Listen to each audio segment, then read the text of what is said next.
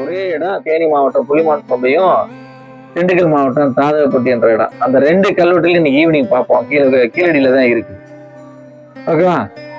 அந்த கல்வெட்டு வந்ததுக்கு பிறகுதான் சமணர்களும் பௌத்தர்களும் வர்றதுக்கு முன்னாடியே இங்க எழுத்தறிவு பெற்ற சமூக மக்கள் இருந்தாங்க என்பதை ராஜன் உறுதிப்படுத்துறாரு. அதுக்கு உறுதுணையாகத்தான் கொடுமணல், அதுக்கடுத்து கீழடி, கொற்கை போன்ற இடங்களில் நடைபெற்ற அகழாய்வு சான்றுகள்ல நமக்கு பானை ஓடுகள்ல எழுத்து கிடைச்சிச்சு. அப்ப சமணர்களும் பௌத்தர்கள் வர்றதுக்கு முன்னாடியே இங்க எழுத்தறிவுப்பட்ட சமூக மக்கள் இருந்தாங்கன்றதை உறுதியா சொல்வதற்கு இதெல்லாம் சான்றாக ராஜன் பயன்படுத்துறாரு. அதுக்கு ஐராவத மகாதேவனும் பொய் சுப்ராயலும் அதை ஏற்றுக்கொள்ள மறுக்கிறாங்க. இல்ல, இன்னும் நிறைய ஆய்வுகள் செய்யப்பட வேண்டும் என்பதில் அவங்க தீர்க்கமா இருக்கிறாங்க. இந்த மலை பாத்தீங்கன்னா தொடர்ச்சியா கிமு 2ஆம் நூற்றாண்டுல இருந்து கிபி 10ஆம் நூற்றாண்டு வரையிலும் இந்த மலையில தொடர்ச்சியா சமணர்கள் நிறைய பேர் இங்க தங்கி படிச்சிருந்திருக்காங்க. அதை எப்படி சொல்லுங்கன்னா, இங்க 3 கல்வெட்டு வருது, கீழே ஒரு சமண சிற்பம் வருது.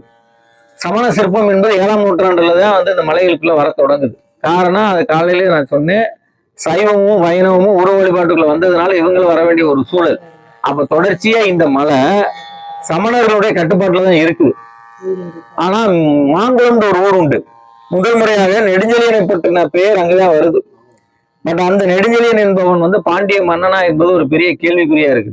இருந்தாலும் நெடுஞ்செழியன் என்ற பெயர் வைக்கக்கூடிய மரபு என்பது சங்க காலகட்டத்துல இருந்துச்சு அப்படின்றதுக்கு மாங்குளம் ஒரு மிகச்சிறந்த எடுத்துக்காட்டு. மேலும் கடலன், பனான், வலித்தி என்ற பாண்டிய மன்னர்களையும் மருதநில தலைவர்கள் மற்ற நெய்தல் நில தலைவர்களை குறிக்கக்கூடிய சொல்லாடல்களும் அந்த கல்வெட்டுல பயன்படுத்தியிருக்கிறாங்க.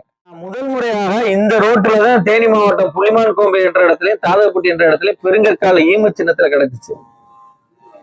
கிபி 20ஆம் நூற்றாண்டு வரையிலும் சமணர்களும் பௌத்தர்களும் தமிழை உள்ளுக்குள்ள எழுத்தை அறிமுகப்படுத்தினார்கள் தமிழ்நாட்டுக்குள்ள அப்படின்ற இந்த ஒரு தியரி மாறுறதுக்கு மிக முக்கிய காரணமாக இருந்தது அந்த புலிமான் கோம்பை என்ற கல்வெட்டு தான்.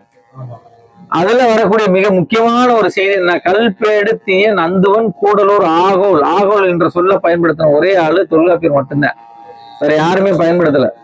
அந்த ஆகோல் என்ற சொல்ல பயன்படுத்தப்படக்கூடிய இலக்கண வகுப்பில் எழுதப்பட்ட முதல் கல்வெட்டு அந்த புலிமான்